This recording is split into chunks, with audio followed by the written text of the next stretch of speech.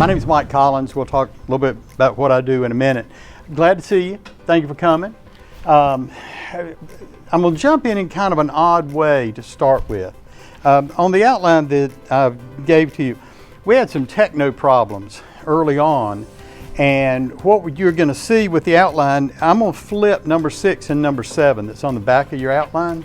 I'm going to flip those as far as what you're going to see on the presentation because I was having trouble pulling up the right one. So, but that really is one of the only changes. A couple of things that you don't expect. One of the things I'm kind of delighted about that I'm looking at you is I don't see anybody with their face in their phone right now. Now, here's something that's kind of intriguing, and this is something that's changed fairly dramatically from the time I first started doing seminars. When I first started doing seminars, my hair was a dramatically different color than it is now. And so we didn't really have to worry about people with phones in classes and that sort of stuff. When you do what I do for a living, I've always seen it as being kind of disrespectful for me standing up here talking and somebody standing with a phone, sitting there with a phone. But here's the intriguing thing. You're smart people. There are 24 hours in a day, yes? Yes. Okay. Can you get any more hours in your day? No, I wouldn't think, yeah, I'm liking you shaking your head. Way to go, way to go. But here's the thing. You can't get more time, but what you can do is free up more time. Now, here's something that may be surprising to you. If you search how much time or how many times does an American adult check their phone, there have been a wide range of research on this. And it's estimated that an American adult will check their phone from between 54 and 144 times every day. And it's estimated that that burns up somewhere between 4 hours and 25 minutes and 3 hours and 15 minutes. An American teenager will check their phone 255 times a day, and for an estimated somewhere in the neighborhood of 7 hours with their face in their phone. I like the fact that your eyes went up when I said that. Now, if you can't get more time in your day, because we only have 24 hours, what you can very often do is free up more time. Now, one of the reasons I'm telling you about this phone stuff is to kind of just heighten your awareness of this sort of thing. You know, from here on out, or for the next couple of days, what I would love to know is that some of you would kind of be aware a little bit of every time you pick out your phone and what are you doing with it. I'm a member of 2 gym groups in the Raleigh area because different gyms have different toys. And I've gone to managers in both gyms and I've told them, I'll come in with a paintball gun and shoot people in the ass if they're sitting on a machine looking at a phone. They won't let me do it yet, but I do think that it would help a lot of us as far as managing our time and getting more done in the gym. So one of the things to think about is this issue of time. You're not going to get more time, but what you can do a lot of times is free up more time. And that's some of what we're going to talk about today. This second point down here, the thing about the question corner, I'm going to talk about that. I want to thank Rico Murphy for doing this. If you sit on the back row, I'm going to call on you all day long. So look for where there's an outline. And he works here, so he gets to sit on the back row. So look where you see an outline somewhere and come on up and sit one of these. I got to flip the on button. Say again? I got to flip the on button on that. That's important. It helps the process for it to be on. Ready? Okay. I have a company in the Raleigh area called the Perfect Workday Company. One of the books I've written is called the Perfect Workday book. Got about 300 tips on how to do better on time. You'll see my email address up at the top of your outline. All you got to do is email me. I'll send you a free e-copy of the book. I'll be delighted for you to have it. Okay. Feel free to take a lot of notes, but from a screenshot standpoint, I don't send out slides, so feel free on this case to pull your phone out and take a picture of anything you see. I'm going to talk about the question corner here. I'm going to give you a tool right here at the very beginning of our time together, and I'll tell you something up front. If you'll take what I'm getting ready to show you and you'll use it on anything remotely like a regular basis, it'll be one of the most valuable things you get, not just in this class, but in your educational experience. So here's the deal. What I want you to do in the upper left-hand corner of that outline I gave you, do you see where it says question corner? Okay, in the upper left-hand corner, I want you to list 7 questions. Here are the first 4. So write these questions down. I love left-handed people. I'm a right-handed person, but did you know Leonardo da Vinci was left-handed? Mm-hmm. Okay, cool. I brag on left-handed people every time I see them. Okay, everybody got those 4? Then add these 3.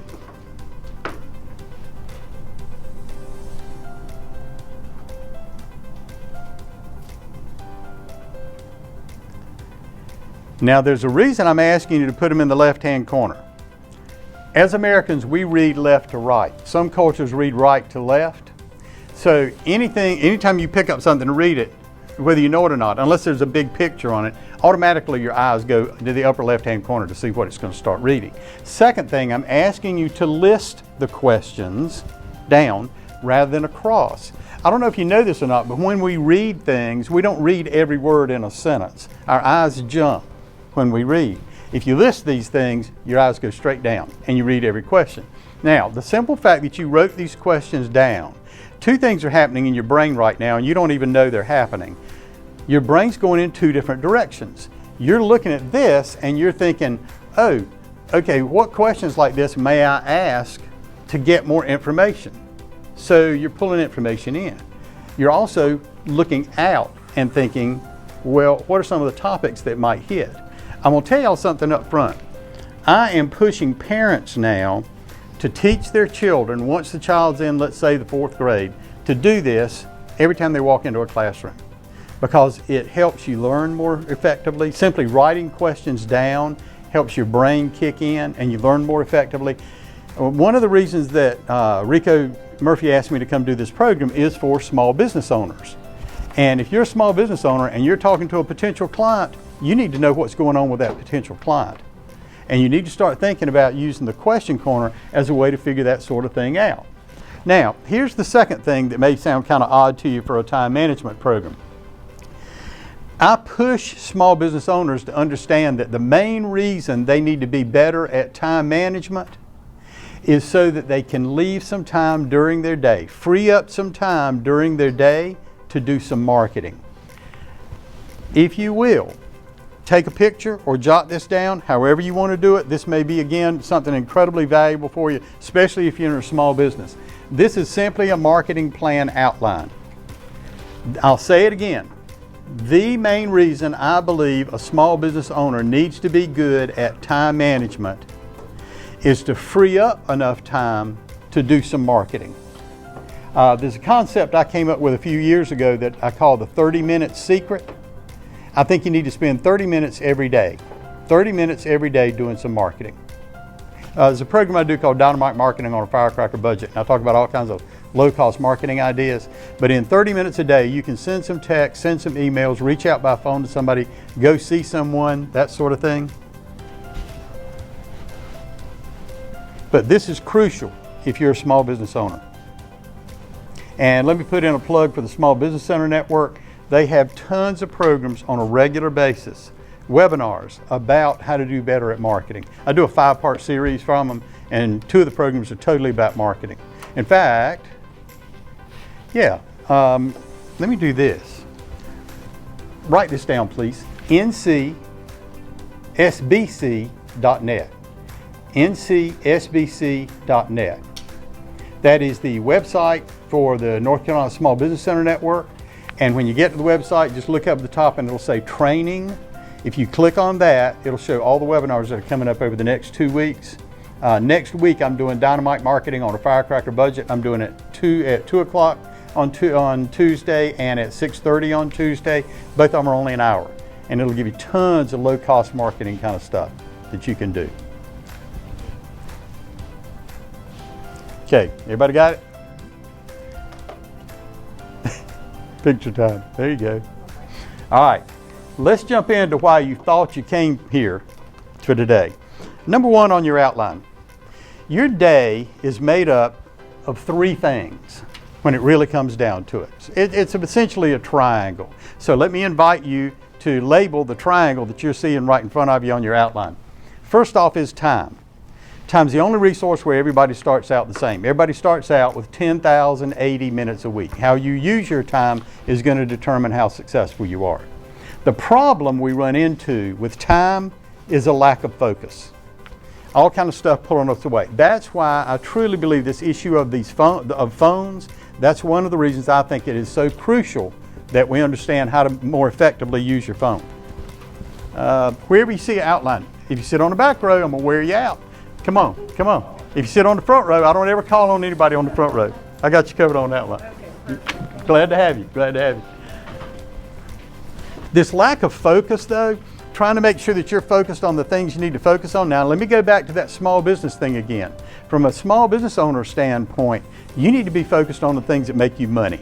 And yes, that I know there are other things you got to deal with in your business, but if you ain't making money with your small business, what you've got is an expensive hobby, okay?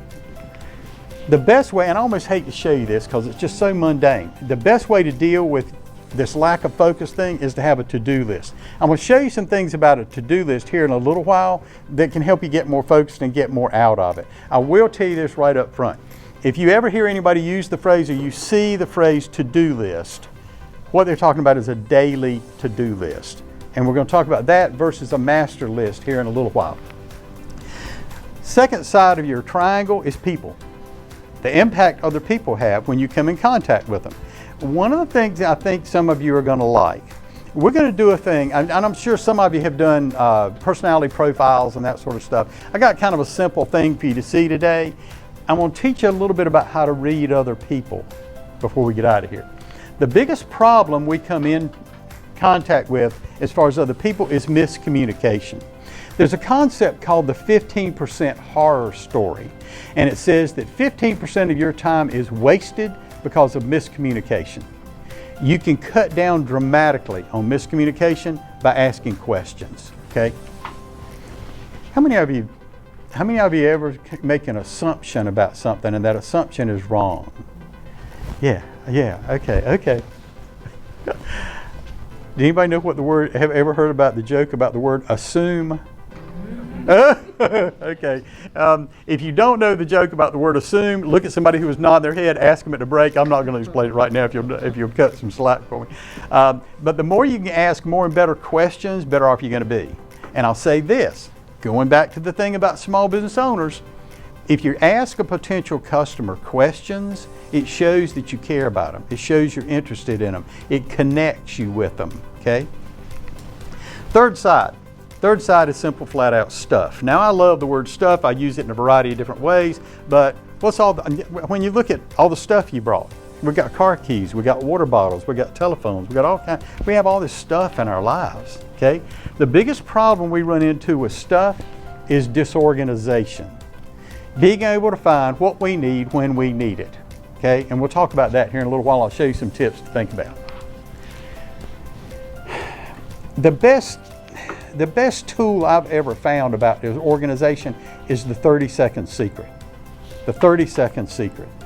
If you will spend 30 seconds in the morning, before you leave to go to work, before you come to school or whatever, just putting a couple of things up. And then 30 seconds at night, before you go to bed, putting a couple of things up. You'll be stunned. You'll be stunned at the impact it can have on your level of organization. Can anybody tell me what this is? This is a Greek letter. Say it again. Great. You're the only one in the room that doesn't have to do push-ups. It's like being in a fraternity or sorority. But yeah, it's the Greek letter delta. It's the Greek letter D. For right now, for our time together, this means to decide. I want you to decide that you're going to find two things that you're going to walk out that door and use. Let me tell you what one of the interesting things I've come to understand in doing time management programs for over 30 years. The majority of the people who come to a time management program, unless you've been assigned to do it by your teacher, the majority of people who come to a time management program don't get anything out of the time management program.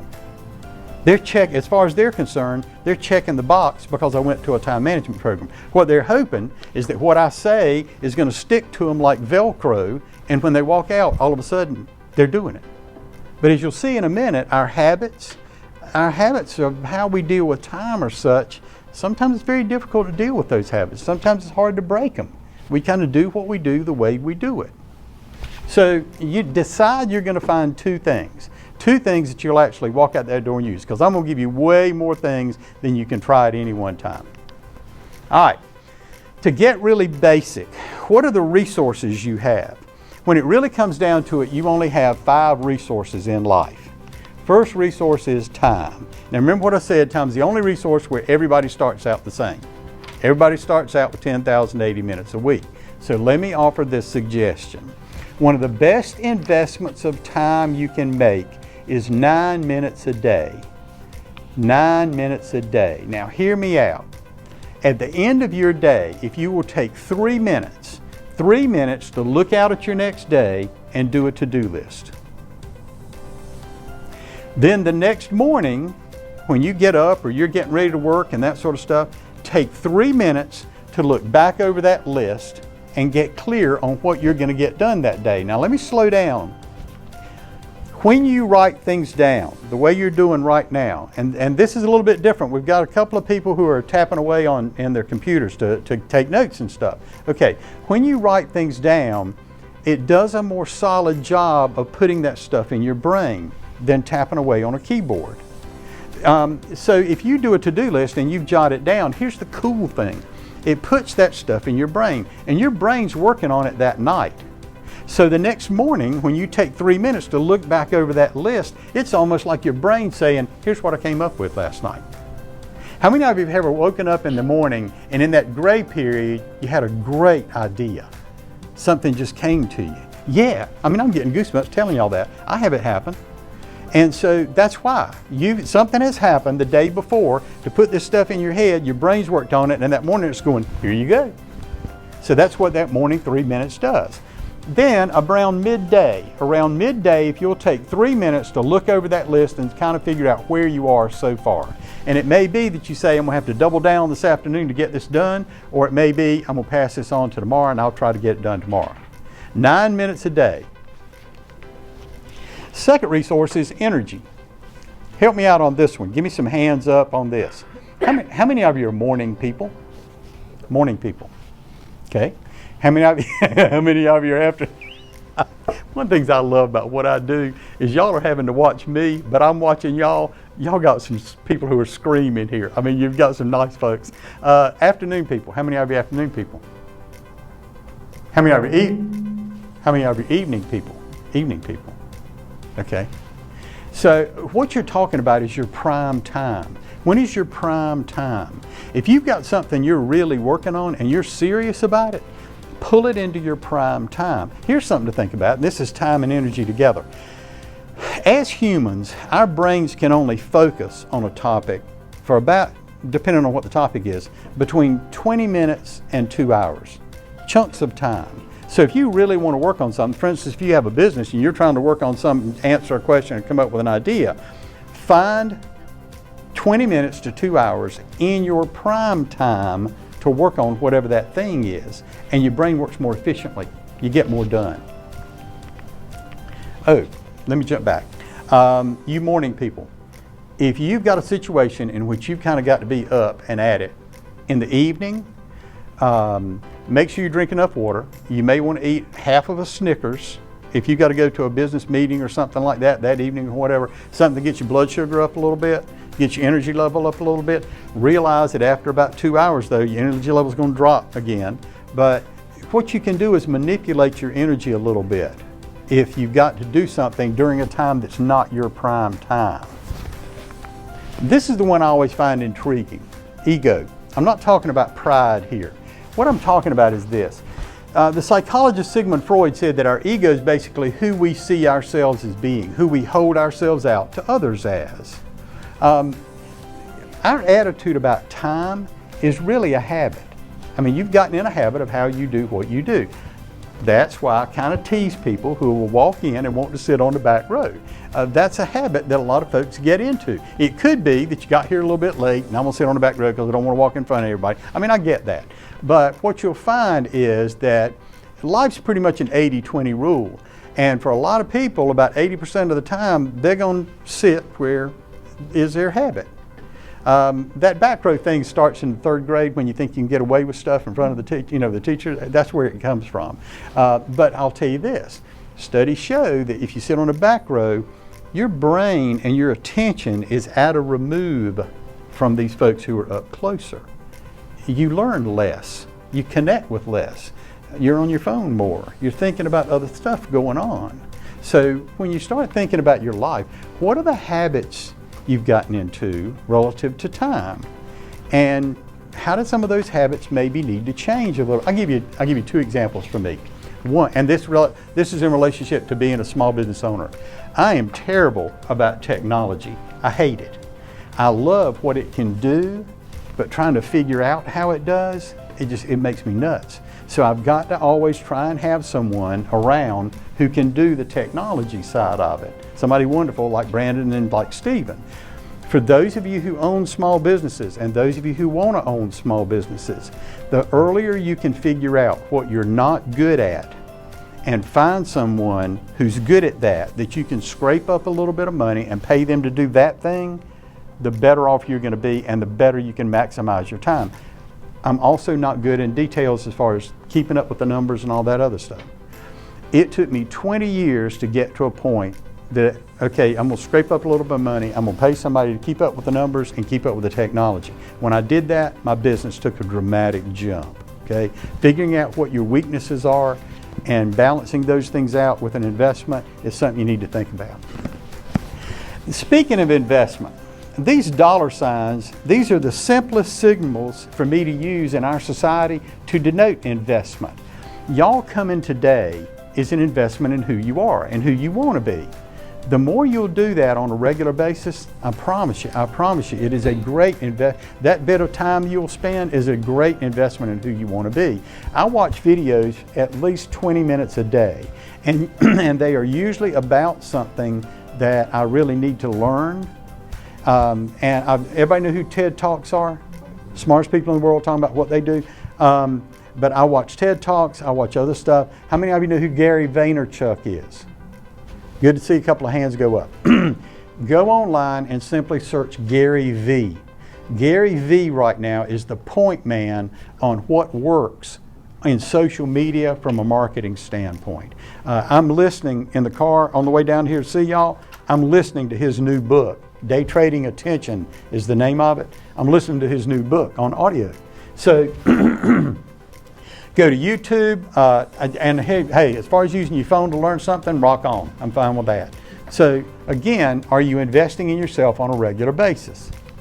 The final resource, I love this, is simple, flat out luck. Everybody's got some luck. You just don't know when it's coming around the corner to help you. I love this. Luck is an acronym, laboring under correct knowledge. Thomas Jefferson said, the harder I work, the luckier I get. I'm gonna tell y'all something. In the 21st century, the more you know and are willing to use, the luckier you're gonna get. Here's something that's kind of wild. I've been doing what I do for 37 years. The Small Business Center Network came into existence in the mid-'80s. 2 years later, I was a writer at the time and I was writing articles for business magazines, and I wrote an article about low-cost marketing. And one of the Small Business Center folks came to me and said, do you ever talk about what you write about? And I just thought, well, you know, doing seminars, that'd be kind of interesting or whatever. I found out that my best friend's girlfriend was the secretary of the founding director of the Small Business Center Network for the community college. Now, how lucky is that? So here we are 37 years later, and I'm doing what I do because of that connection. 21st century, more you know, better off you're going to be. All right, on your outline, if you notice down here, number 3, I've got, why don't you have a perfect work day? Well, now, we have an outline right here, and if you'll come right here, I promise you, if you're sitting on the front row, I don't ever call anybody on the front row. Thank you for being a good sport. We're glad to have you here. Okay, let me tell y'all something, and I'm looking at your faces, and I'm kind of picking up on ages, and I try not to talk old. I really don't. But I will say this. We have a couple of people in this room who probably recognize the movie The Dirty Dozen from the late 60s. Okay, this is the logo for The Dirty Dozen. I know you don't recognize it because back row, he's going, no, man, I don't know what the hell that is. All right, let me show you. I'm going to show you the dirty dozen as far as time management, okay? Be aware of these and try, and if you want to jot them down, that's fine. Start thinking about which one really bites you.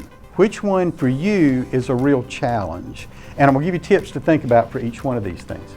First off, do you have clear goals? Let me tell y'all something. When I talk to people who own small businesses and I ask them what they want to get out of their business, if you had any idea how many times people look me in the eye and go, I want to make a lot of money. And I think that's fine, but when I hear that, I'll ask them, how much money do you want to be making? Give me a number, because now we can start planning on how you're going to hit that number with this business you have. So, do you have clear goals about what you want to try to accomplish? Let me jump back to the question corner. For every one of y'all, when you're looking at where you want your life to go, if you will start with those questions, you can start coming up with a roadmap on how to get to success, okay? No priorities. A lot of people are slowed down because they just don't, I mean, what's more important than the other? In a little while we're going to talk about to-do lists. How do you figure out which ones are the priorities? I'm going to tell you up front, anything that makes money in your business, that's a priority, okay? So what are your priorities? Do you have any kind of timeline on when you're going to, the whole to-do list thing, do you have any kind of idea about what you're going to try to accomplish today? I can tell you this, 80% of the people out there don't have any of these things. They don't have clear goals, they don't have priorities, and they don't really have a timeline on where they're going. Most people in life are kind of cruising through, hoping they can make enough money to pay the bills and hoping the kids are happy and that sort of stuff, truly.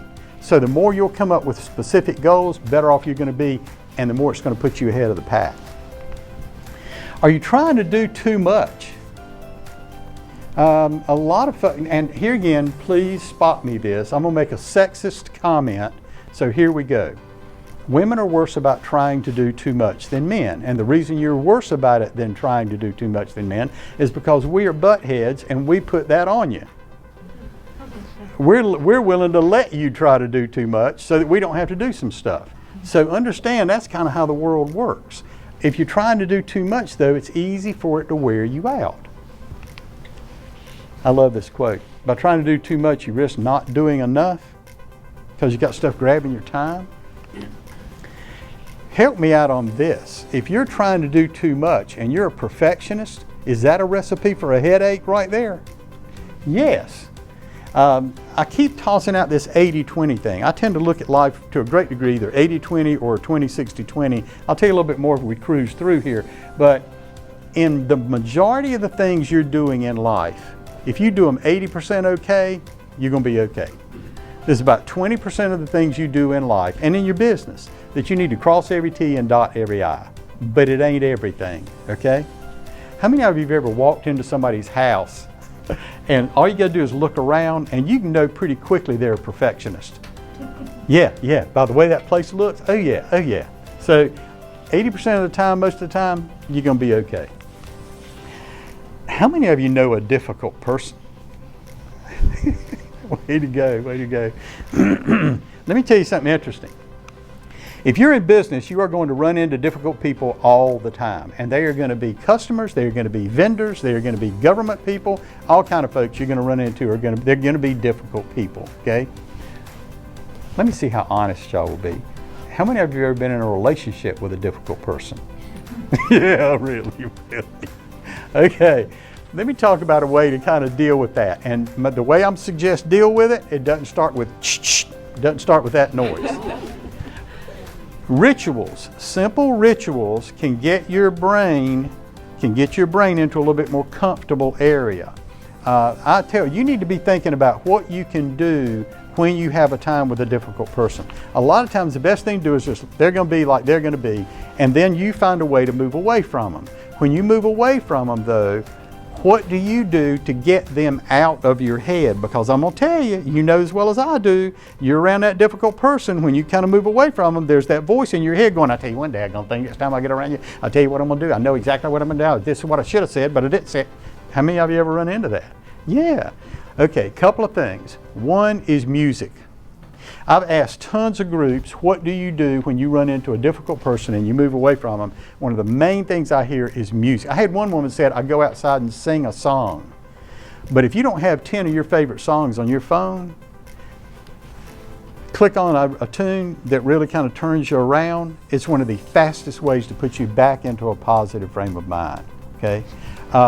Another thing is exercise, and you don't have to run miles or lift a ton, but going out and taking a walk can do it. Visual, can you see something that is positive, something that kind of turns your mood around, okay? I have had some people tell me that prayer does it for them. So there are a variety of different things. You need a couple of solutions for what you're going to do when you run into difficult people, okay? Because if not, they tend to, the thought of them and the impression they've made on you burns up a ton of time. Interruptions. We all end up with interruptions. There was a study done with Microsoft where they were talking to executives, and the people were talking about being in a sense of flow. Everybody know what a sense of flow is? Sense of flow is when you're so into whatever that thing, you're not really thinking about it. I mean, you're into it, okay?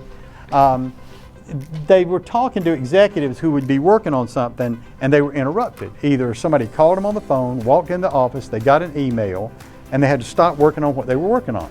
And it found very often that it might take them up to 20 to 30 minutes to get back into that sense of flow with whatever they were working on.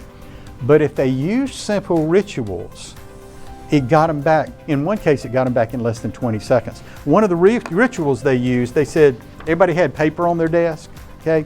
And what they would do is take a couple of sheets of paper, 1, 2, 3, I'm back at work, and literally say that, I'm back at work, and it would get them back into that flow. They were back into it. So you're going to have interruptions all the time. The thing to do to keep that interruption from flowing over into the rest of your time is have a ritual that brings you back to work as quickly as possible. I really have found that I'm back to work phrase. I found that hugely effective as far as my work is concerned. If you're in a meeting, if you're going to have a meeting, have an agenda, but I'm going to give you a little bit of a different way to think about agendas.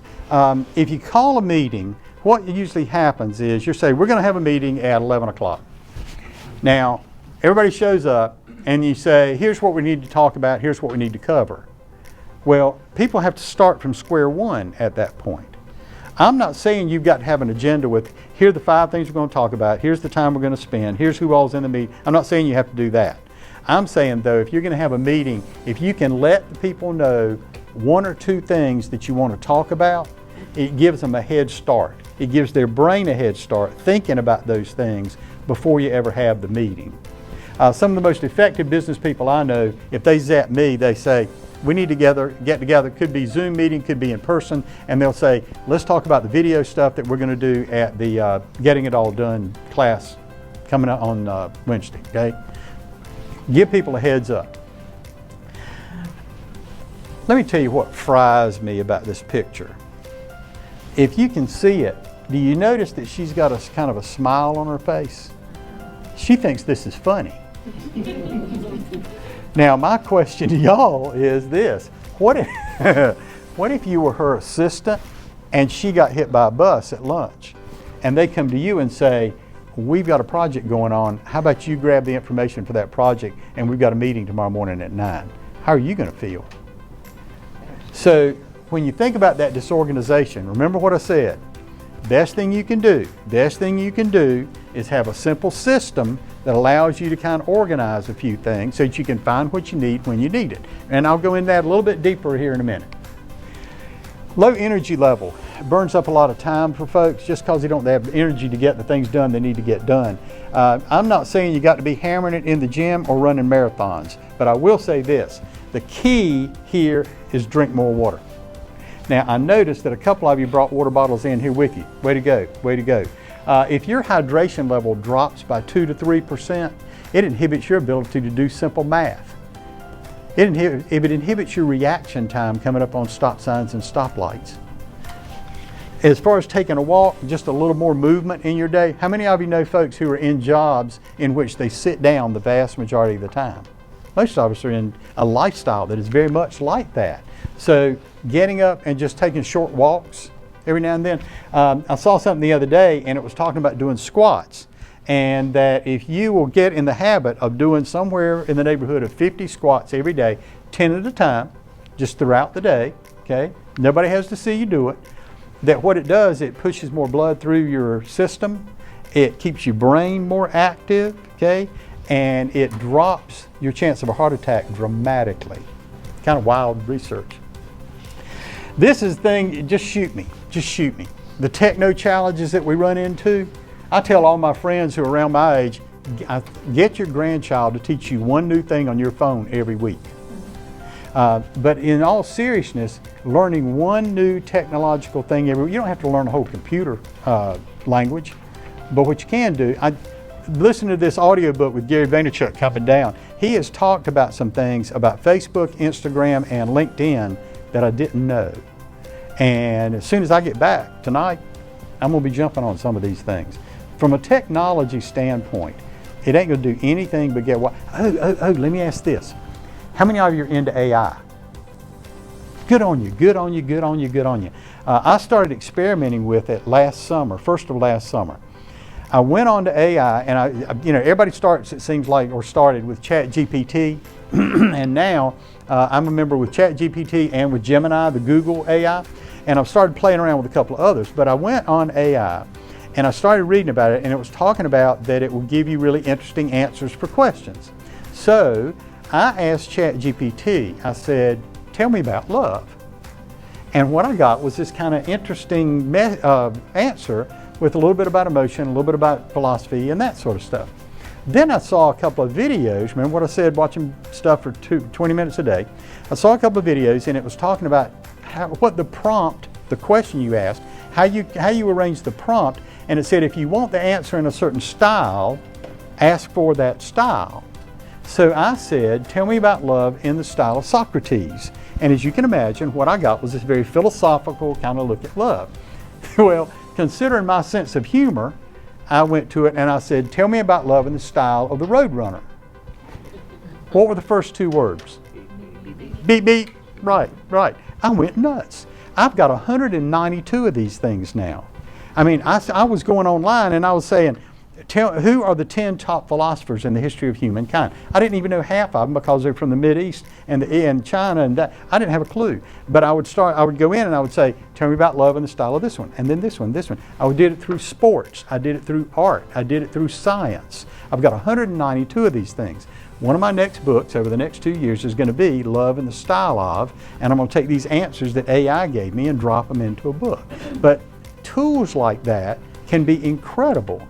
Your ability to save time with AI, I know people now who are writing business plans using AI. They're writing sales letters using AI. I got a buddy who's a big time attorney up in Taylorsville, North Carolina. He uses it to write letters, legal letters to clients.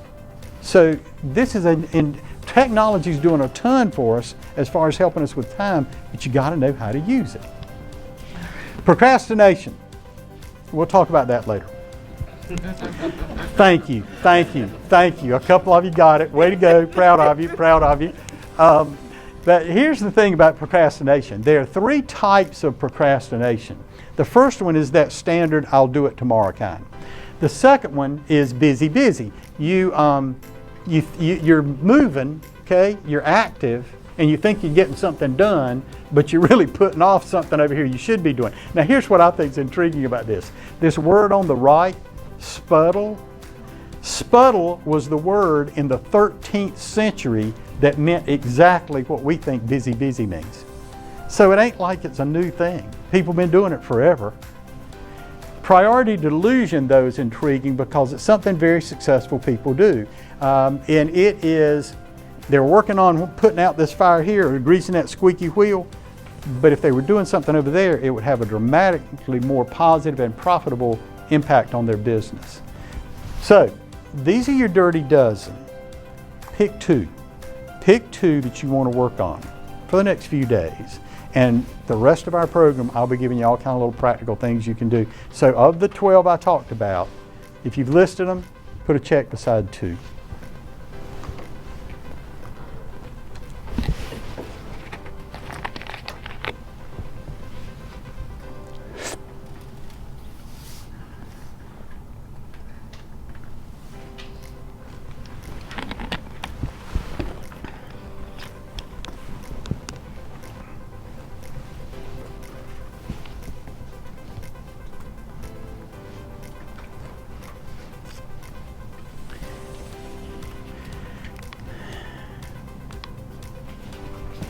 All right, let's jump into kind of what you thought you came for and what a lot of you kind of expected, I'll say.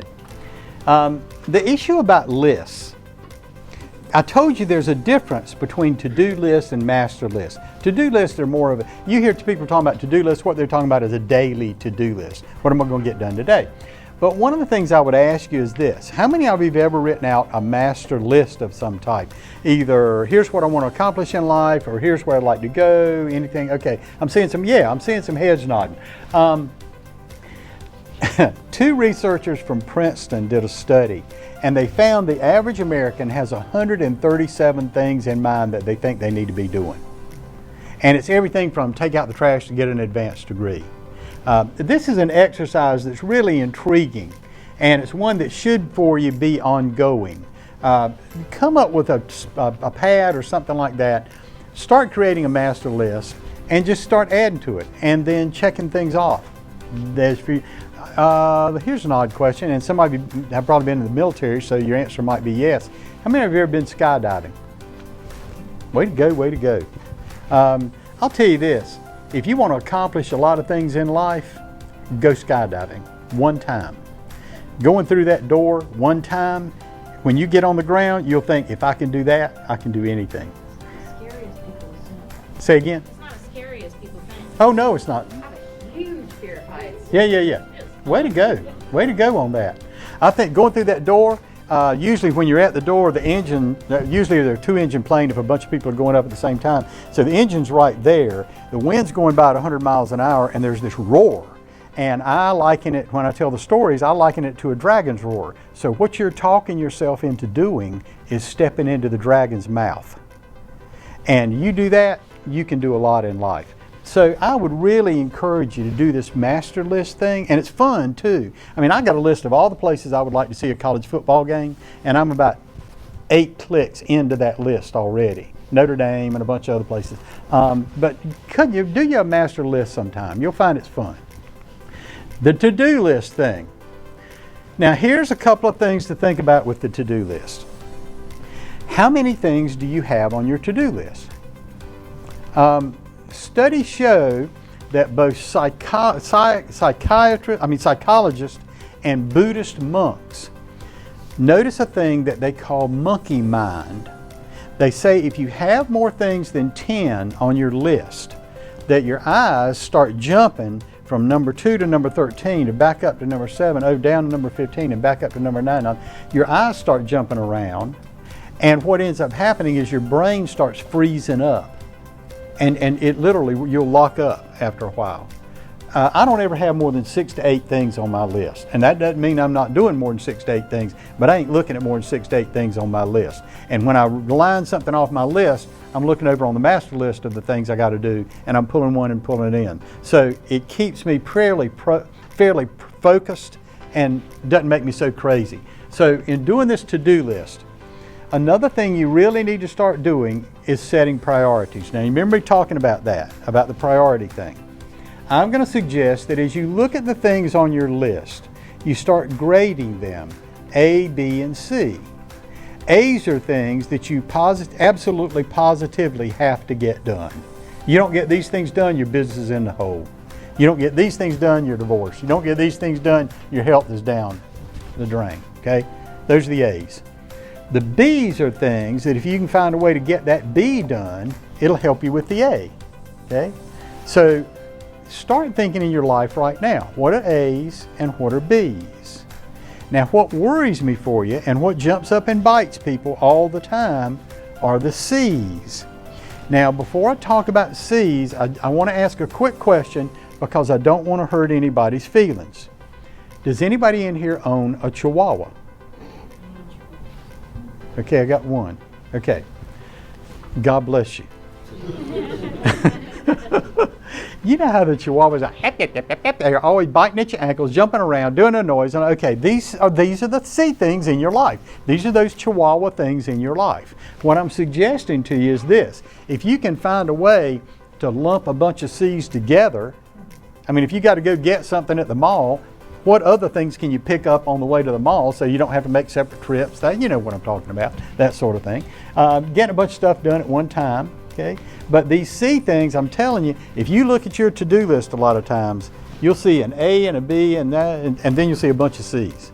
You got to figure out ways to not have the C's eat you alive. As you're looking at each thing on your list, now this, I'll keep using this phrase, this is one of those things today that if you'll get this, it can make a huge difference in your time. You want to look at each thing on your list and you want to ask yourself, can I delay this? Now that sounds like procrastination, and in a sense it is, but it is constructive procrastination. If you delay something, you may find that you don't ever have to do it. It just doesn't come.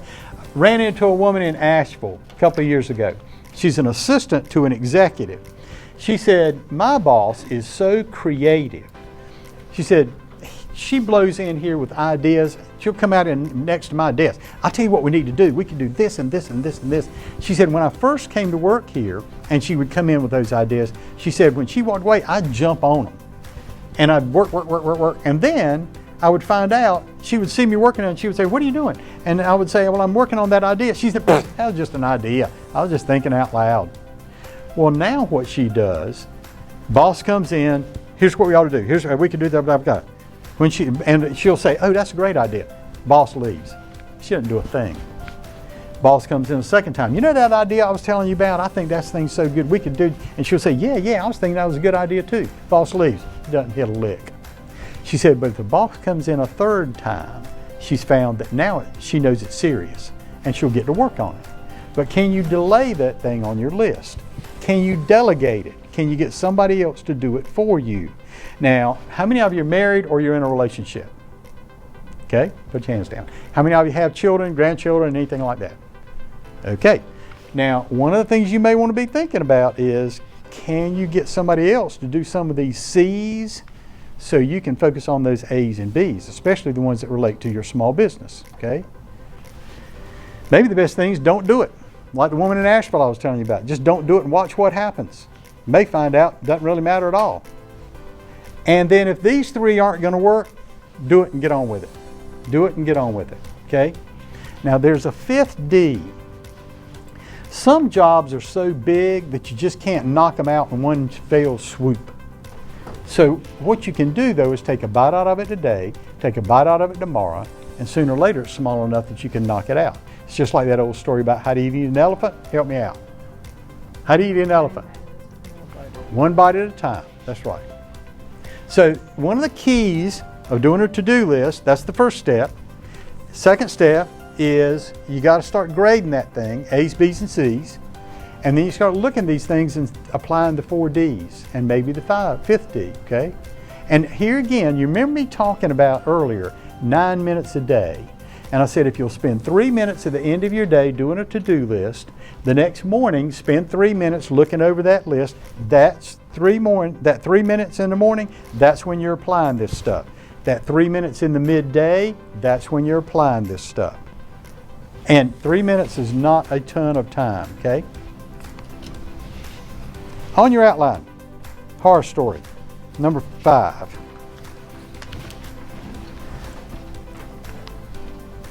I mentioned a minute ago the 15% horror story.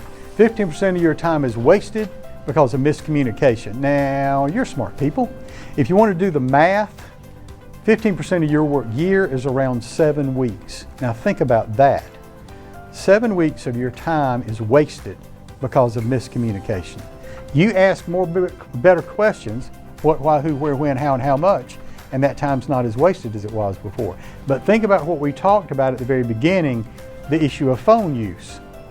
Start cutting back a little bit on how much time you spend with your face in your phone, and especially what you're kind of looking at and stuff, then you can apply that sort of time to your business. All right, we talked about the questions already. The key in good communications is being an active listener. Being an active listener. Now, the best system I've ever seen for active listening is what I call the caress model. You want to concentrate on what they're saying. Focus on them. And yes, some of the people who try to communicate with us, I get it. They ain't, they can be boring. But if you'll focus on them, they'll be more focusing on you. And let me slow down and mention this. Depending on individual personalities, and in some cases depending on cultures, some people don't like the idea of looking other people in the eye because it can seem kind of aggressive at times. Let me show you this. If you're talking to people and you look at them and you look at a dot that's right there, right between their eyes, it looks to them, if they are more than 2 feet away from you, it looks to them like you're looking them in the eye, but you're not really. Makes it easier to communicate with folks sometimes. Can you acknowledge that they're talking to you? Give them a mm-hmm or a mm-mm. Just because you're nodding at people doesn't mean you agree with them. It means that you hear them, okay? Okay. Do some research. Ask some questions. Make sure you're clear. Hey, let me tell you what I do, and I would encourage you to try it. I ask people questions a lot of times, and I'm pretty sure I know the answer, but I'm asking them the questions to see if their truth is the same as my truth. And there are times, I'll admit, there are times I find out things I didn't know, and that is a crucial thing if you're going to have a business, because it gives you a broader understanding of what's going on for your business. You want to exercise emotional control. If they get cranked up and you get cranked up, good communication just goes out the window. It's interesting being down here in Fayetteville and doing this program. I was down here one time and I did a program over at Fort Liberty, and it seems like it might have been this very program. And I had 2 guys come up to me at the end of the program, and they were special operations folks. And one of the guys said, imagine this. He said, imagine you're in a hut, and it is about 100 miles from anybody else who's remotely friendly, and it's you and your partner. There are 18 people in that hut. Everybody's armed and everybody's pissed off. He said one of the things you want to do is keep things kind of calm. So in communicating, you keep your voice level, you ask good questions, you listen, and you nod. So exercising emotional control. Can you sense the nonverbal? How many of you have ever talked to somebody and they're going, oh yeah, that's a good idea, yeah. I did a program one time, and there was a woman who was sitting right where you're sitting, and she spent the entire program with her arms like this and her legs crossed like this, the whole program. And so, you know, here I am, Mr. I know it all about communications. And after the program, I said, did you not like the program? You know, did you not hear anything that you... She said, oh yeah. She said, you were great. I really liked the program. I got a ton. I said, well, you know, I noticed the whole program you sat, you know, kind of like this the whole time. She said, oh, I was cold. She said, I was cold. She said, the room was freezing. And so be careful about making assumptions. But again, very often you can read body language and it'll kind of tell you where people are going. And then finally, the structure of how people tell you things. Here's something to think about. When you communicate with most folks, they're going to give you their information in one of 2 ways, depending on how they communicate. They're going to give you like a triangle, okay? They're going to give you the main point right up front, and they're going to give you backup information. Or they're going to give you this, in which they tell you the history of the Western world, and hopefully you can get them to narrow down to that point every now and then. Asking people questions gets them to get more focused faster, okay?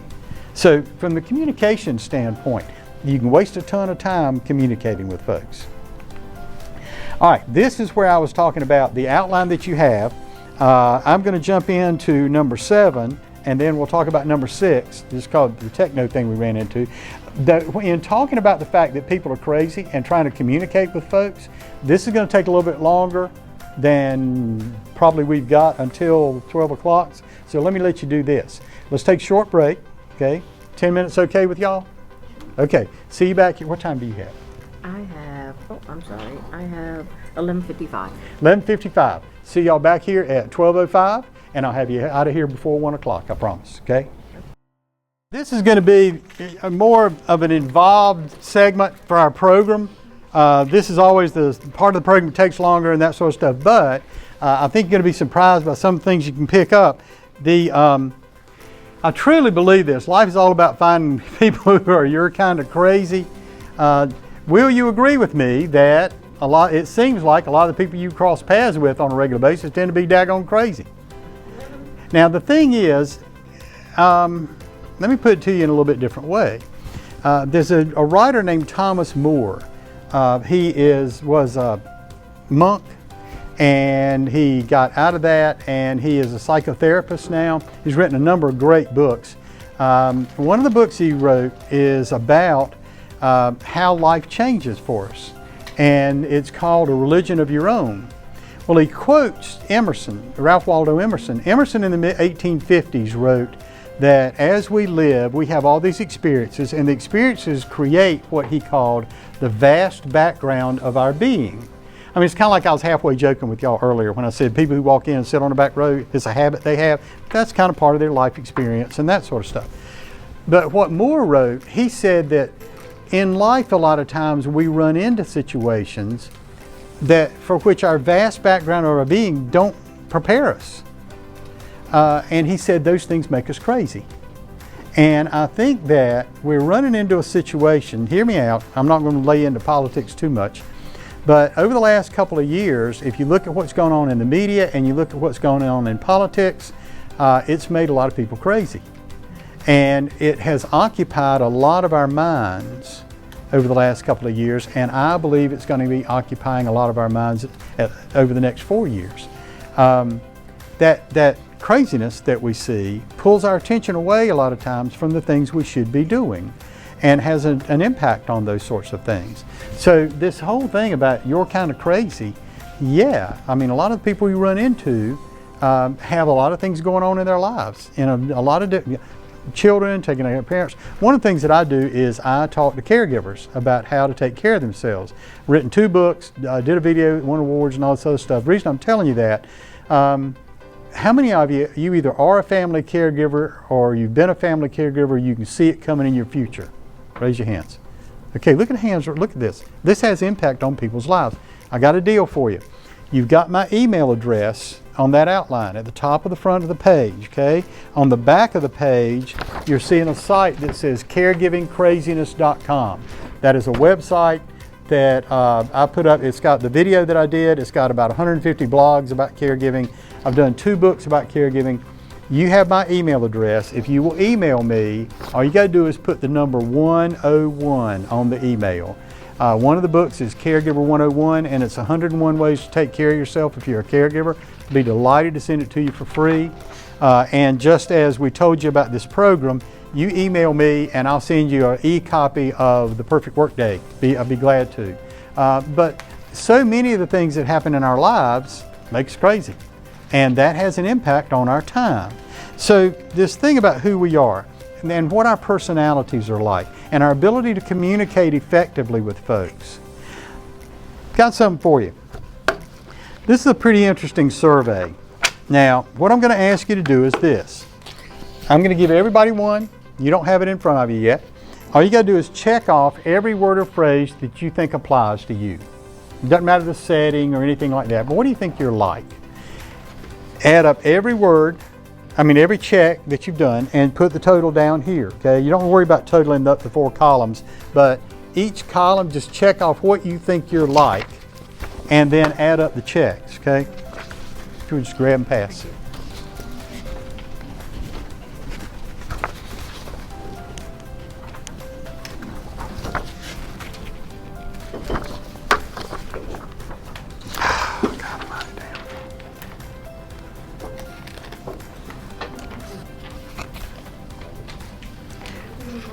Look on the back of those. If you see a blank on the back, let me give, yeah. Which one do you need? So we need more of the stapled ones. And this is a blank one? I thought it was one sheet. That's okay. Look, well, it should be, but yeah, some are 1 and some are 2. Hang on, I got you covered. Okay, thank you. Okay, which one you got? You got just that side? No, Oh, you got both. sides. Okay, if you have just one, which one side? You got both of them now? Okay, there you go. I got you covered. There you go. Yep, there you go. Thank you.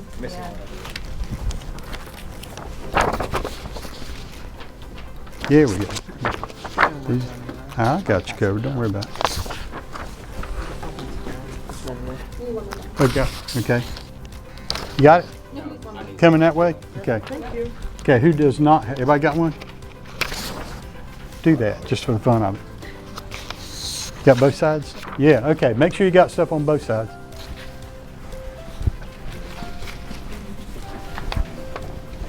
See what you think. Thank you.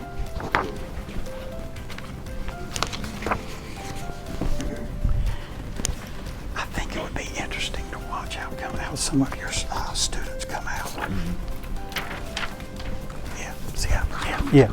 Because from a teaching standpoint, yeah, yeah.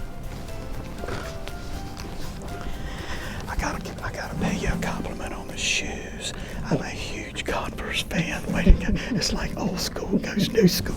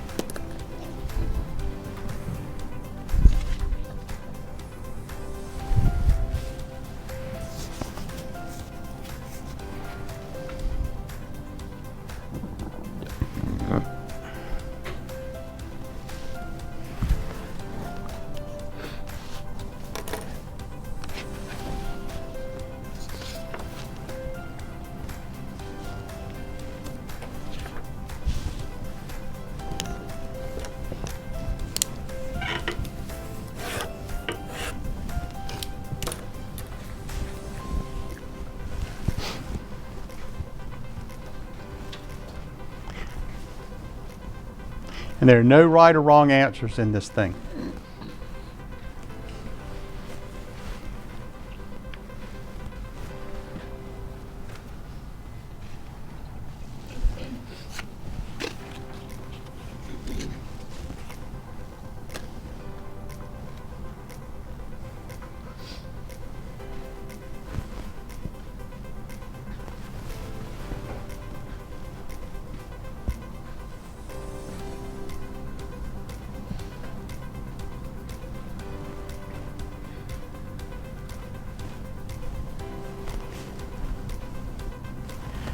I'm just curious, can I see this? Yeah, of course. I'll get it right back. Sure.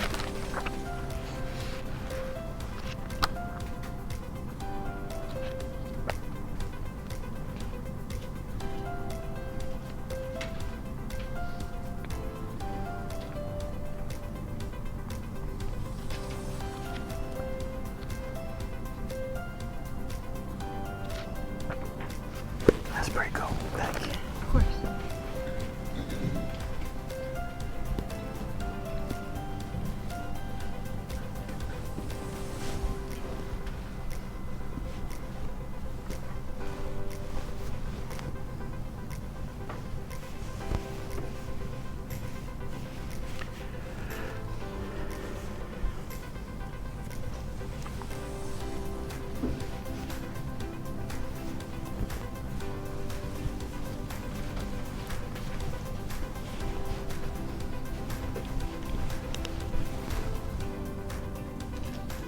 That's pretty cool. Way to go. Way to go. What you're going to see in here is kind of interesting. You have a lot of people who will be really low in this one. That fun side. Oh, no fun is that? Now, when you check off the front and everything, when you get through and you start adding things up, flip it over. A couple of, are you doing that? Flip it over and kind of see what your high score matches up to.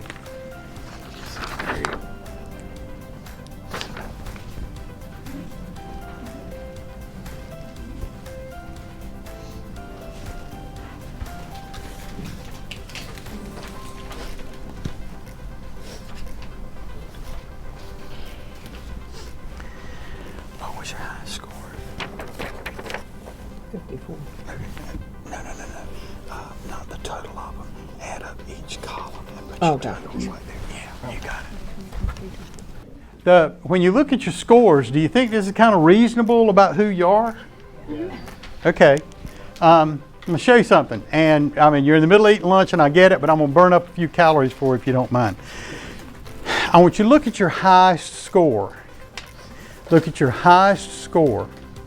Those of you who are L's, if you're an L, I want you to come up and I want you to stand right here where I am. If your high score is an L, come stand right here. Watch out, watch out. Yeah, come, go through there, go through there. I almost got across the board, like almost this. So it's like I had two 23s and I have two. Yeah, come, go through that. Whoa, whoa, whoa. Go through there. Go around. Yeah. Yeah. Okay, L's right here. Anybody who scored highest as an F, come stand right here.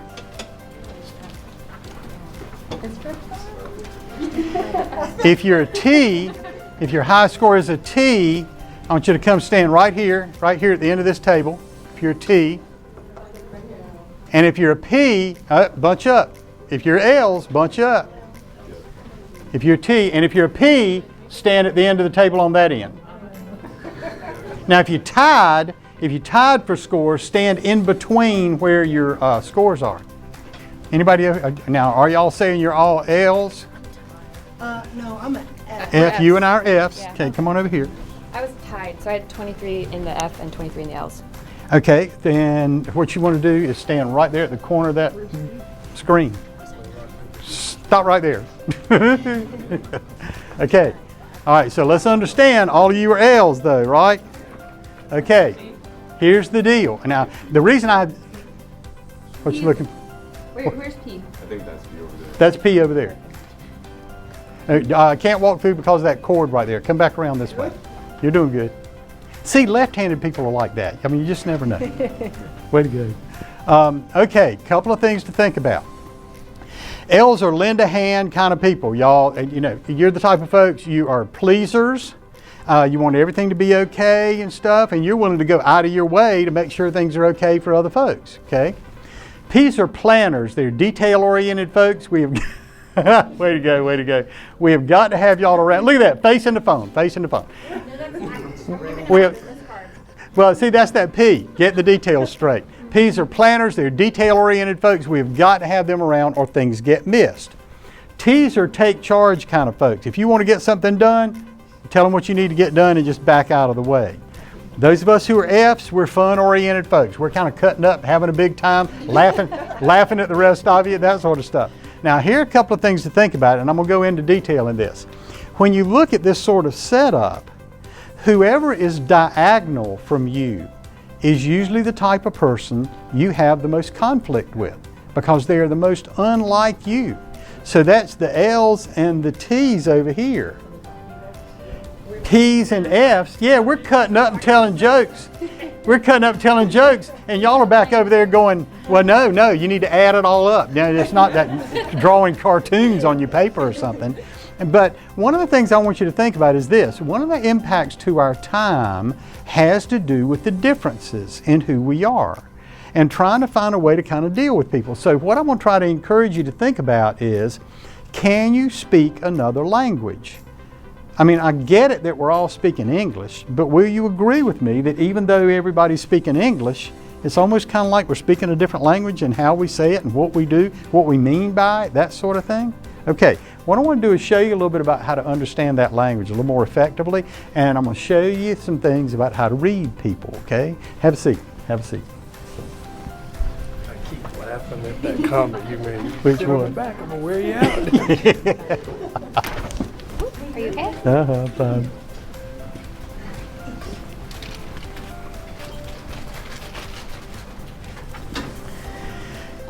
All right, I'm going to show you a couple of slides, and let me go ahead and say up front, it is going to be impossible for you to take notes on these slides. So I'm going to, believe it or not, everybody get out your phone. Everybody, okay? Because I would love for you to take pictures of what you're going to see up here so that you can take it away with you, because it's really pretty intriguing. There'll be, remember the 80-20 rule, there'll be 20% of you after you leave here today. You're going to start looking at some of these slides I'm showing you, and you're going to start thinking about folks you know.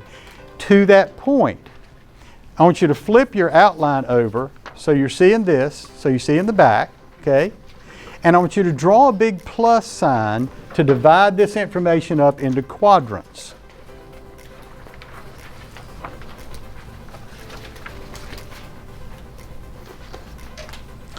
Now, do me a favor.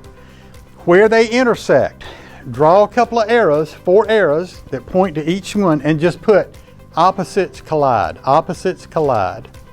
Because whoever you're diagonal from those are the people you're going to have difficulty with because they're the most unlike you. All right, here we go. Please take a picture. These are the different characteristics of these different styles. And as you start reading some of these things, it's easy to see how these folks kind of collide with each other, especially from a diagonal standpoint, okay? If you look at the agreeable people, okay, those L's, you know, they tend to be pretty loyal. They'll tend to be emotional and sentimental. But you look down here at these T's, they're practical, they're impatient, they're very much bottom line oriented. Whereas the L is thinking, well, how is what we're doing affecting people and affecting their feelings?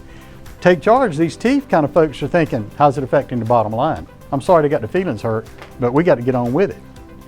If you look at these two groups, planners and the fun folks, my folks over here, the fun, our folks are looking at things. We're kind of excitable, we're enthusiastic, we tend to, you know, we want a lot of freedom.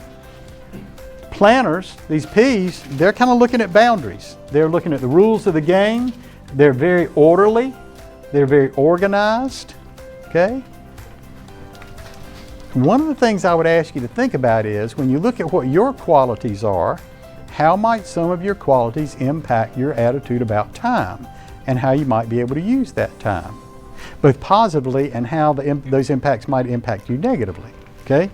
Now this is where it gets kind of interesting from my standpoint. When you're communicating with these folks,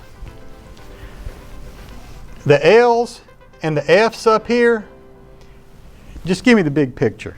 Give me the broad concept, okay? Whereas down here, you got P's and T's, give me the details. Give me the details, okay? L's and F's, very people-oriented, okay? It isn't that P's and T's don't like people, but they're more interested in tasks and things than they are in the people. Now, from a physical standpoint, L's and F's, when they're talking to you, they'll get close to you. Whereas P's and T's want a little more distance. Now keep that in mind because that's going to be important here in just a second. When they're talking, and a lot of times if they're doing hand movements, L's will do a lot of hand movements, that sort of stuff, as will a lot of us who are F's will do that. But these L's and the P's, they tend to talk a lot of times at a slower pace, okay? Whereas my folks, the fun folks, and the T folks, we're faster, okay? When I take this thing, I tie on F and T. And I find that I have to kind of, when I'm around a group of folks, and a lot of times, considering what I do for a living, I may be talking to a group of people, and there'll be a lot of people who are L's and who are P's, and I have to slow down a little bit when I talk to them, okay? Now, just those two things right there, the pace at which people communicate and distance. Let me suggest this to you. If you want to start trying to get an idea about who somebody really is, when you come in contact with them, and this is going to be a little bit difficult for you P's and T's, so hang close with me. When you start communicating with them, step in a little closer to them and just start talking to them and watch what they do. If you got an L or an F like me, then what do you think they're going to do? If you're a little closer to them, what are they going to do? Be loud. What do you think? Lean in. Say again? Lean in. Yeah. They may do that. They may like the fact that you're close, and they may even lean in a little bit more. But the P's and T's, what will they do?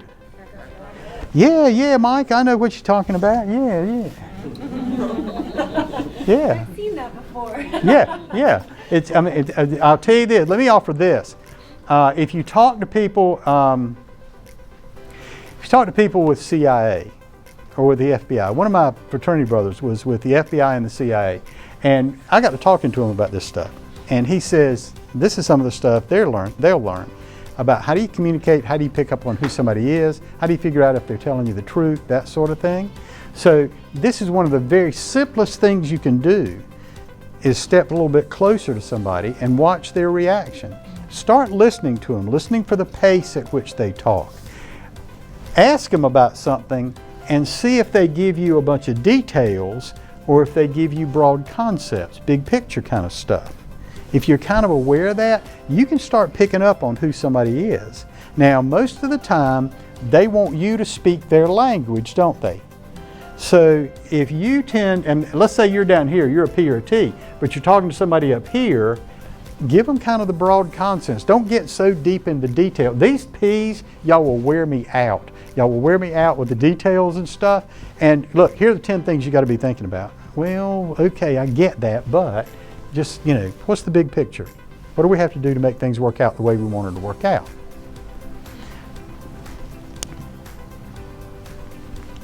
In terms of how to deal with the different styles, now here's something you might find interesting. In the population as a whole, about 60% of the population of America are agreeable L types. About 15% are my folks and your folks, they're F kind of folks. About 15% are planners, and about 10 are take charge kind of people, okay? Now, as far as how to deal with them, if you're talking to me, then be appreciative of, you know, you like the seminar, okay, here's a couple of things I got out of it, that sort of thing. You may want to pick up the pace a little bit. Let me do the talking. Why? What's the most fun thing you do as far as this program's concerned? I'm gonna give you a bunch of stuff. With the L's, those people who are very agreeable, you want to be casual, you want to kind of slow down, you want to listen to them, okay? I tell folks all the time, if you're talking to L's, if you're talking to these agreeable people, put your hands in your pockets, okay? Just relax, okay? Talk to them. If you're talking to these P's, they want to know step by step. They want to know details, okay? So give them some details. You want to use facts, and if you can use stories to back up what you're saying, you know, as I'm presenting, you notice how I'm throwing out the fact, and I'm not BSing you. You know how I'm throwing out the fact a lot of times about research, that research tells us this? Okay, when I do that, you P's, you like that because, oh, okay, this is factual. He's not just making this stuff as he goes along. But that part of me over here that's not all that fact-oriented, I'm not going to sit down and say, I mean, I can tell you that there are 2 researchers from Princeton who did the thing about to-do lists and came up with 137 things every American needs to do.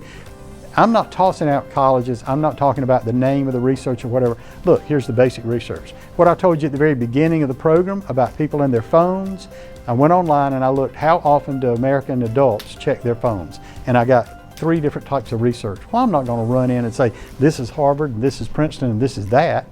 I'm going to give you kind of the basics. Take charge, T folks, if you know what their goals are, support their goals. That's why in a program like this, a lot of times I'm going to ask folks, what kind of business are you in? And if I've connected with somebody who's in the type of business you're thinking about, I'm going to say, you know, reach out to your small business center director. They can help you connect with folks like that. So when you're talking to folks, the more you can read them, the better off you are. And let me jump back to my marketing point. Do you agree with me that if you're going to have a business, you better have a daggone good idea who your customer is?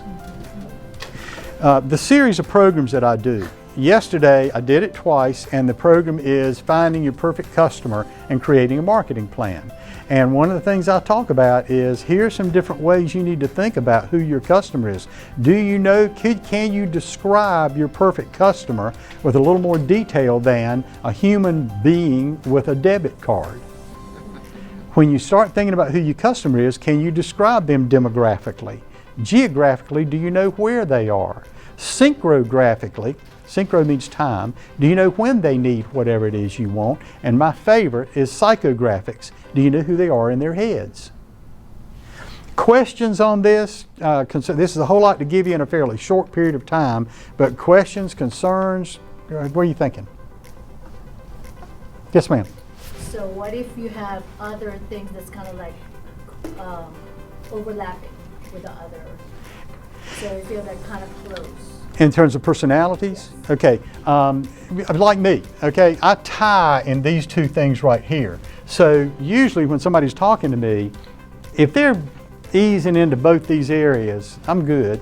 But I do find that in business situations, I'm very much more like this.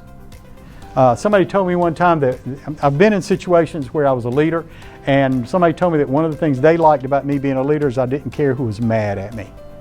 Here's what we're going to do, okay? But 80% of the time, this is me, okay? My friend Lily is just, it frosts her that I'll spend an hour watching TikTok videos with people falling off stuff. She just, really. Do any of you know about Fail Army? Yeah. Oh God Almighty, go online if you haven't seen it. F-A-I-L and Army. And it's people falling off bicycles, falling off a deck into the pool. I just think they're hilarious. I love them. But that's me 80% of the time. But you put me in a situation kind of like this or a leadership situation, and I'm this right here. Other questions? Good, thank you. Other questions, concerns? Okay, for this thing, last thing I need for you to do. I want you to look at this style description side, okay, where you see the 4 style descriptions, okay? I want you to think about friends and family. One of the wonderful things about doing this program right now is we have Thanksgiving and Christmas coming up. If you're Jewish, you got a bunch of holidays kind of lined up here coming up in the next 6 weeks. I want you to think about friends and family. Could be classmates, I don't care, up to you. I want you to think of someone who you believe is an L, that lend a hand kind of style, and I've described them to you. Okay, let me go back here to, boom, that. Somebody like, you know, what are they like? And I want you to write their name in the L box on your style description sheet. Who do you know who is an L? Just write their name in that box.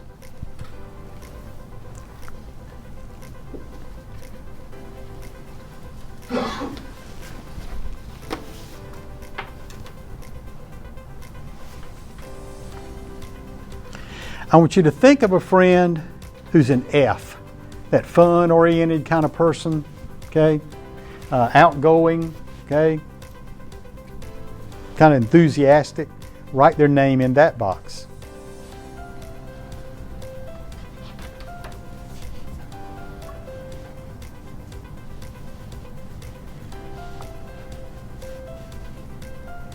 Come on down to the T. Somebody you know who's a take charge kind of person. Kind of impatient, they're bottom line oriented, very responsible, the grown up. Who do you know who's a T?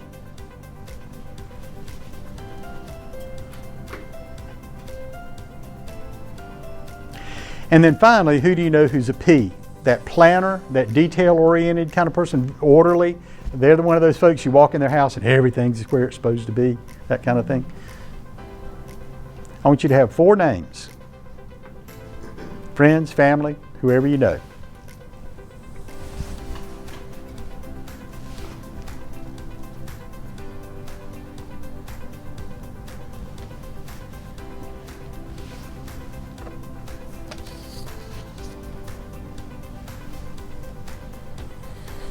All right, here's your assignment. Holidays are rolling in. When you cross paths with these people, I want you to try the experiment I suggested. When you come in contact with them, whatever you normally do, shake their hand, hug them, whatever, that's fine. But I want you starting out a conversation with them, whether you're a little bit close to them. And I want you to watch their reaction, because they're not going to know what's coming. Watch their reaction. The folks who are those T's and P's, I'm telling you right now, they'll step back. And they're not going to do it in such a way that hurts your feelings or anything, but you'll see them just kind of ease back a little bit. They'll put a little distance between you. Those other folks, those L's and F's, a lot of times you're close to them. Some of them, the F's especially, they'll be back with the arm around the shoulders kind of thing. They'll be even closer, you know? And then when you're talking to them, you describe, say, hey, you remember when, and just describe some situation you've had contact with them in the past and watch what they give you. Are they talking about the broad concepts about it? Are they talking about yeah, I remember that. I remember what it smelled like, and there were 5 of these things right there, and they'll start giving you these details. Just watch it. I'm telling you, I get emails from people who've been in classes who took this sort of thing, and they'll zap me back and go, oh my gosh, we were at a family reunion. It was just like I was controlling these people. Listen. My first marriage, the first Christmas I ever had with her family, she had two uncles, big dudes, and they were fairly loud. I mean, they were nice guys and stuff, but anyway, so they came over to talk to me, and it was one of these let's find out who Mike is kind of things, you know. And so I found out one of them was an accountant, a P, and the other one was head of some company, and he was definitely a T. So they kind of started in on, you know, hey Mike, and tell us a little bit about it. So I just, oh yeah man, I know what you're talking about, and I kind of stepped up a little close to them. Well, when I did, what did they do? Oh yeah man, we're so glad to have you in the family and everything, blah, blah, blah. Well, I kept talking, and as I'm talking, I eased closer a little bit, you know, again. What'd they do? Backed up again. I backed those two fat boys all the way across the den. Really. And when I got them to the wall, they were like, oh, hey, okay. And there's nowhere else to go. So I'm telling you, this stuff works. And what you'll find is a certain level of confidence that comes up in you because and I'm not saying you're controlling. I'm simply saying that you got an understanding about how the situation works, okay? Okay. If you have a question about this after the program, whatever, you got my email address, at me. If you will, this slide right here, jump on your outline if you will. Come on down here to number 7. Let me touch on number 7 for a second. When you're thinking about folks who can help you and needing more time, what is it about the job, about your business that tends to take more time? And is there somebody out there who can help you with that? Now, I'm going to say it one more time. Early on in my career, I think I'm at least a minimally intelligent person. When websites first started coming online, I thought I need a website. And I bet I bought between 12 and 15 books about how to do a website. What I realized years later was I believed that buying the book gave me the knowledge. I never cracked on one of them, because I don't like to worry about the technology. I know what it can, I like what it can do, but I don't like having to worry about it. And so after a few years, I found out that the Small Business Center director at Piedmont Community College up in Roxborough, that his daughter loved ducks. Now, why does that matter? She had created a really simple but beautiful website about her ducks. So I went to a bookstore in Raleigh, I bought a coffee table book about ducks, gave it to her, and she made me my first website. It taught me the lesson that if it's something you don't like doing, there's this culture in our country that says that just because you don't like doing it doesn't mean you're not going to have to do it. And I get that, but if you start a business, that stuff starts burning up time. And you need to start looking around, can the job be changed in such a way that I either don't have to do this or it minimizes that thing that I don't like doing. This second point down here in terms of the person. Can you manage other people? I'm going to tell y'all something up front. We as Americans are not conditioned to be small business owners. We are conditioned to be employees. Now, that is a good thing in that the culture we've created and the economy we've created is the greatest economy in the history of humankind for the last 75 years. But when you start looking at this point about the person, what do you like doing? What are you good at doing? Find ways to do what you're good at and let somebody else do what they're good at. This point about the plan, do you have any sort of plan on how you're going to handle these sorts of things? Having a to-do list is a plan on what you're going to do in your day. But as far as the business that you're going to have, I find that so many people who start small businesses have an idea and maybe got a little bit of money and they're throwing the money out there trying to make that idea work. They don't really have a plan. Listen, my best friend lives in Los Angeles. I can leave Fayetteville right now. I can drive up to I-40 and I can get on I-40 and it'll get me a pretty good chunk across the United States. I can get to the Pacific Ocean without a map. All I got to do is follow the sun. But as far as getting to his house in LA, I better have a map. I better have something, knowing his address on my phone so it takes me there. Please understand that your small business is exactly the same thing. You've got to have some sort of map on how you're going to get where you want to get. And that's a lot of what I'm talking about as far as time management is concerned. On your outline.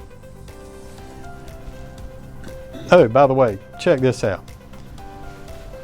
Might want to take a picture of this. If you need help in your business, this is a great way to start thinking about what your plan might be as far as getting help and what they're going to be able to do for you. Everybody got it? Okay. All right. If you will, jump to number 6 on your outline. Let's talk about organization, getting more organized. First off, remember I was talking about the 30-second secret. Before you go to bed at night, spend 30 seconds putting a few things up. Before you leave for work in the morning, 30 seconds, put a couple of things up. I tell folks also, if you have a job where you go to an office, spend 30 seconds before you walk out of your office at the end of your work day, putting a couple of things up. You'll be stunned. What ends up happening is people say, oh, I'm going to spend all Saturday getting that thing organized. No, you won't. You'll get a phone call or come in and everything. It's 6 months later, you still hadn't done it. Okay? 30 seconds at a time, you'd be amazed what you can do. Do you have a desk from which you work? Now, it doesn't have to be a desk, but it could be any area from which you do your work. This is thought of as prime real estate. How many of you have something like this? Okay. How many of you have family pictures or something that matters to you on that desk? Okay. Please understand that after 2 weeks, you don't see that thing or those pictures anymore. They just become part of the landscape. Coca-Cola did a cool study years ago. They went into communities and they asked people what they thought about the Coca-Cola billboards, and people said there weren't any. Well, they were like trees. They were everywhere. But after about 2 weeks, people just don't notice them anymore. If nothing else, if you've got things on your desk that matter from an emotional standpoint, just every now and then rearrange them. Rearrange them, and you'll tend to see them, pay attention to them more, and they mean more. Okay. Now, I talked about the 30-second cleanup, but 30-second secret, but here's something to think about. I think you need to find 2 days during your year in which you will spend half a day doing major cleanup stuff. And this could be closets, it could be a storage unit, anything like that. But find a way to spend half a day on it, and then 6 months later, another half day. If you're going to do some kind of big cleanup kind of thing, if you can break it up like this, you're more likely to get it done than say, we're going to spend the next week doing that. No, you won't. Stuff happens. No, you won't. I'll tell you something, and I'm just throwing this out here, but something I started doing probably a year ago is I spend about 3 minutes every week deleting emails. And you know how you can and delete a bunch at a time? Okay, I know people right now who have 30,000 emails in their computer. I know, I get it, I'm with you, I'm with you. But that thing about being able to click on and you got the bunch of emails and stuff, and you can delete them all at the same time, try to pick up on that. 3 minutes a week, you can delete thousands of emails. And I'll say this too, if you spend a little bit of time unsubscribing, you know that stuff that you think, I might need that.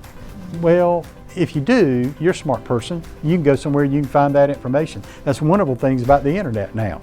So unsubscribe as many of the things as you can so you don't have to pay. I'll tell you this, how many of you got daggone tired of the emails from a political standpoint with people trying to give you get money out of you? Yeah, what ends up happening is if you subscribe to one thing, they give your email address to a bunch of other folks. So unsubscribe like crazy. Now, here are 2 things that I think are kind of cool. Get a timer. Get a timer.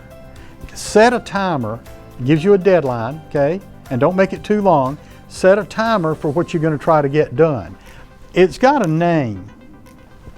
Back in the 1980s, there was a guy named Francesco Cirillo. He was an Italian grad student. And he was just finding he had a bunch of stuff to do that he didn't want to have to do. So what he did is he got a timer. How many of you have ever seen one of these? Okay. Did you know that the Italian word for tomato is pomodoro? Yeah. That's where the name came from. And so he had one of those. He would crank it around to 25 minutes, and he would work like crazy for 25 minutes. And then when the thing went off, he would take a break for 5 minutes. And then he would crank it around to 25 minutes, work that, bang, take a break. He would work for 3 chunks, and then he'd take a half hour off and go play sports or listen to music or whatever, and then come back for 25-minute chunks, okay? So this is a pretty easy way to kind of get focused and get some things done and maximize your time. One of the things about time is from a stress standpoint is we need to find some ways to spend time and relax. Here's something I'm going to try to push you to think about. On July 13th, 1993, I was waist deep in a swimming pool in Chapel Hill at the apartment complex where I lived. I had half a beer in my hand. I finished the beer, I got out of the pool, dried off, walked over to my apartment to get another beer. As I'm walking in the apartment, the phone on the wall is ringing. Everybody remember phones on the wall? And it's my mother. Well, I'm originally from Lumberton. And so it's my mother, and in a very calm voice, she's telling me that my father had had a heart attack that morning. And she had called the EMTs, and they popped him about half a dozen times and brought him back. And he lasted about 8 months till March of '94. I lasted about 90 days. I ended up in my doctor's office with a sheet of paper, and I said, Bean. Gary Bean was my physician. He's retiring at the end of this month. He's been my physician for way over 35 years. And so I held it up. I said, this is me. I had the 8 signs of depression. I said, this is me right now. How do I deal with this? Well, Bean knows that I don't like to take a handful of meds. So what he started talking about was this. He started talking about the fun energy connection. He said, every day, there are 5 times during the day that you can find time for yourself. Now, this goes to my point relative to time management that you got to take care of yourself so you can maximize your time. So here's what I need for you to do, if you will. Jot down these 5 things right here. Just take a second, somewhere on your paper, just jot them down.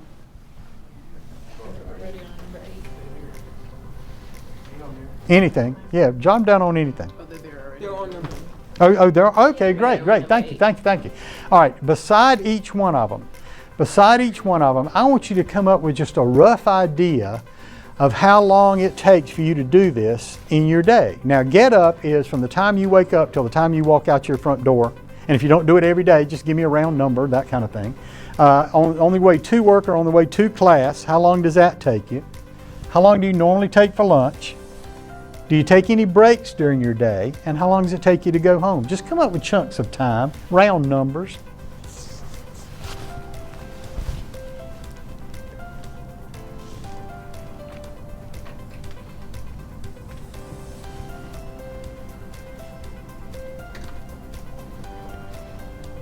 And when you get your round numbers out beside each one, add them up. Add them up.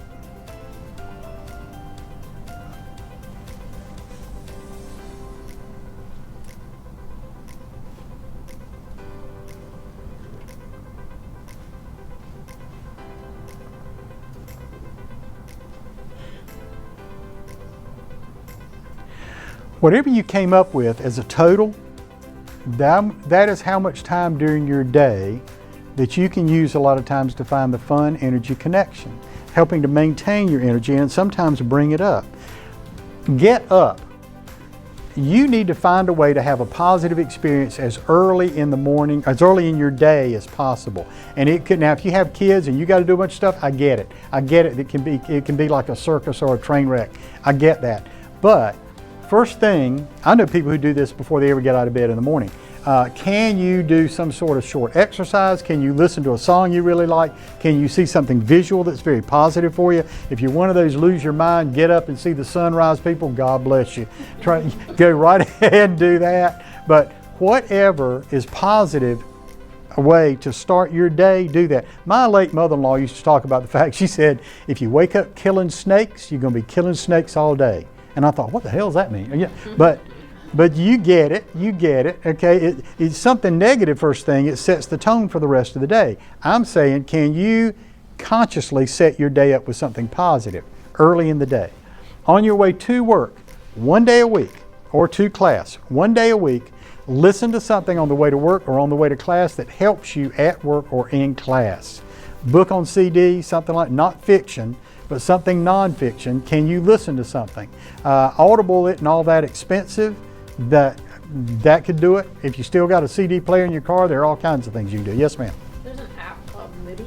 Libby? Libby, Libby. Oh, cool. You can check out books for free so long as you got a library card. Cool beans on that. Thank you so much. If your ears are burning in the future, I'm telling people that in another program and giving you credit for it. Way to go. Lunch. Remember when we talked about energy? Even if you're not eating lunch, drink some water, just grab a bite, something that keeps your energy level going. Remember to think about your prime time. As far as breaks are concerned, the coolest piece of research I've ever seen about this was nurses in big city hospital emergency rooms. They asked them to take a break, 2 minutes. In the first half of their shift, take a break for 2 minutes, and in the second part of their shift, take a break for 2 minutes. Some of them would go into broom closets and do breathing exercises or things like that. They found that stress levels went down, blood pressure went down. I mean, this whole range of positive impacts for just taking a break. And by the way, if you take a break and you're walking over talking to somebody about work, you're not taking a break. You're still working, okay? On the way home, find 2 things that went right. 2 things that went right during your day. I get together with some friends and we do a tailgate before every Carolina football game. And one of my friends' wives walked up to me about 2 years ago and she said, look, she said, I know the kind of work you do. She said, you got to help me out. She said, something's going on with Toby's workplace. She said, every day now when he comes in, she said, he's lit up. And he ends up lighting us up. They've got a couple of kids and stuff. So I ease over, stand close to him, okay, and we start chatting. One thing leads to another, and I find out about some of the stuff that's going on at work. And I said, sometimes what'll happen is people will take this stuff into their home and, it ain't good.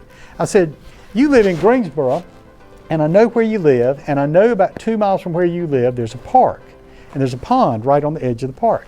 I said, if you stopped before you got home at that park in the afternoon, and just listen to 2 songs. He's a huge Allman Brothers fan. And I said, just 2 songs. That's all you got to do, 2 songs.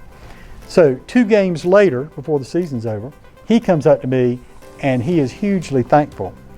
And then his wife comes up to me and she said, I don't know what you talked to him about, but whatever it is working. And because he told me, he said he started pulling in there at the park. He'd listened to a couple of songs, get into a different mood. When he walked in the house, he was a different person, okay? 2 things that went right during your day. I love this. One more thing, and I'm gonna get you out of here, okay? Understand that this whole issue about work-life balance is a myth. It ain't gonna happen, okay? You're gonna be at one end of the spectrum, the other, all over the place or whatever. So here's what I need for you to do. Whatever you're taking notes on, you can put this on your phone if you want to, but okay. Here's what I need for you to do.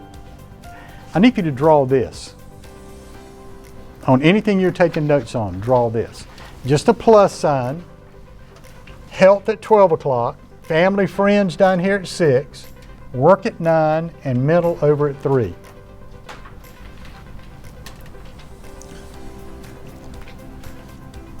Pretty good. I was hoping you'd take a picture of it.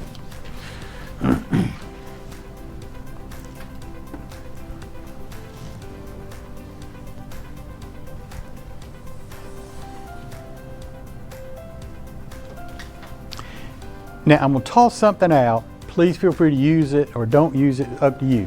One of the suggestions I make to people sometimes is this.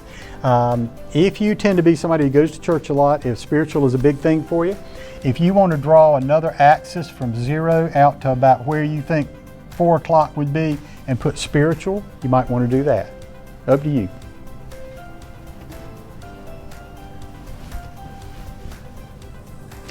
I'm going to describe these 4 areas. I would like for you to grade yourself 0 to 10 and just put a dot where you think you are. 0 is 0, 10 is absolutely excellent. Let's do health first. How do you feel health-wise on a regular basis? You doing pretty well? Or you got some things you need to kind of check on health-wise, some things you need to keep up with? 0 to 10, put a dot where you think you are.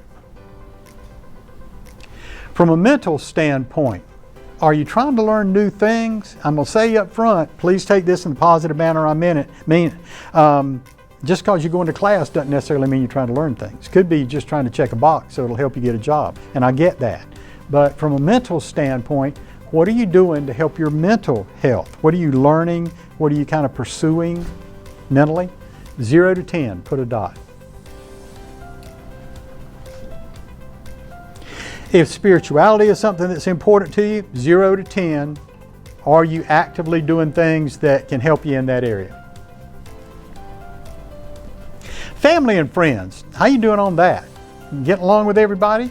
Are there friends you get in touch with who you knew in the past and you hadn't talked to them in a long time, and maybe you have an active way? I was in a fraternity in college and I found that has been hugely helpful. And let me, again, sexist comment. Women on average live longer than men.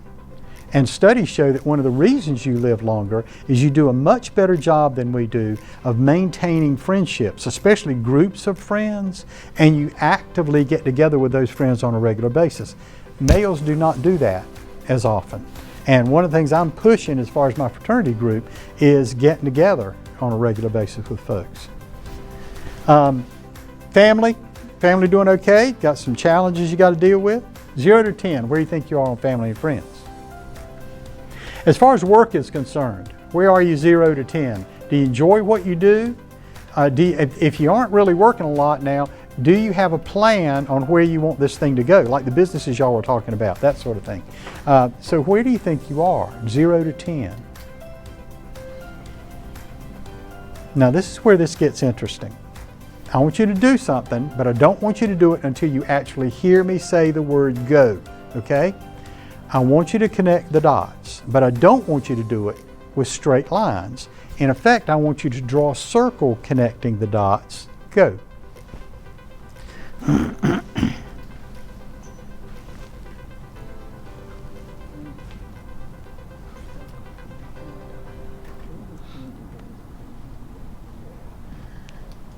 It's pretty fun to see what people have drawn.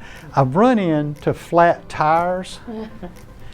I've run into upside down flat tires. I've run into footballs, both horizontal and vertical.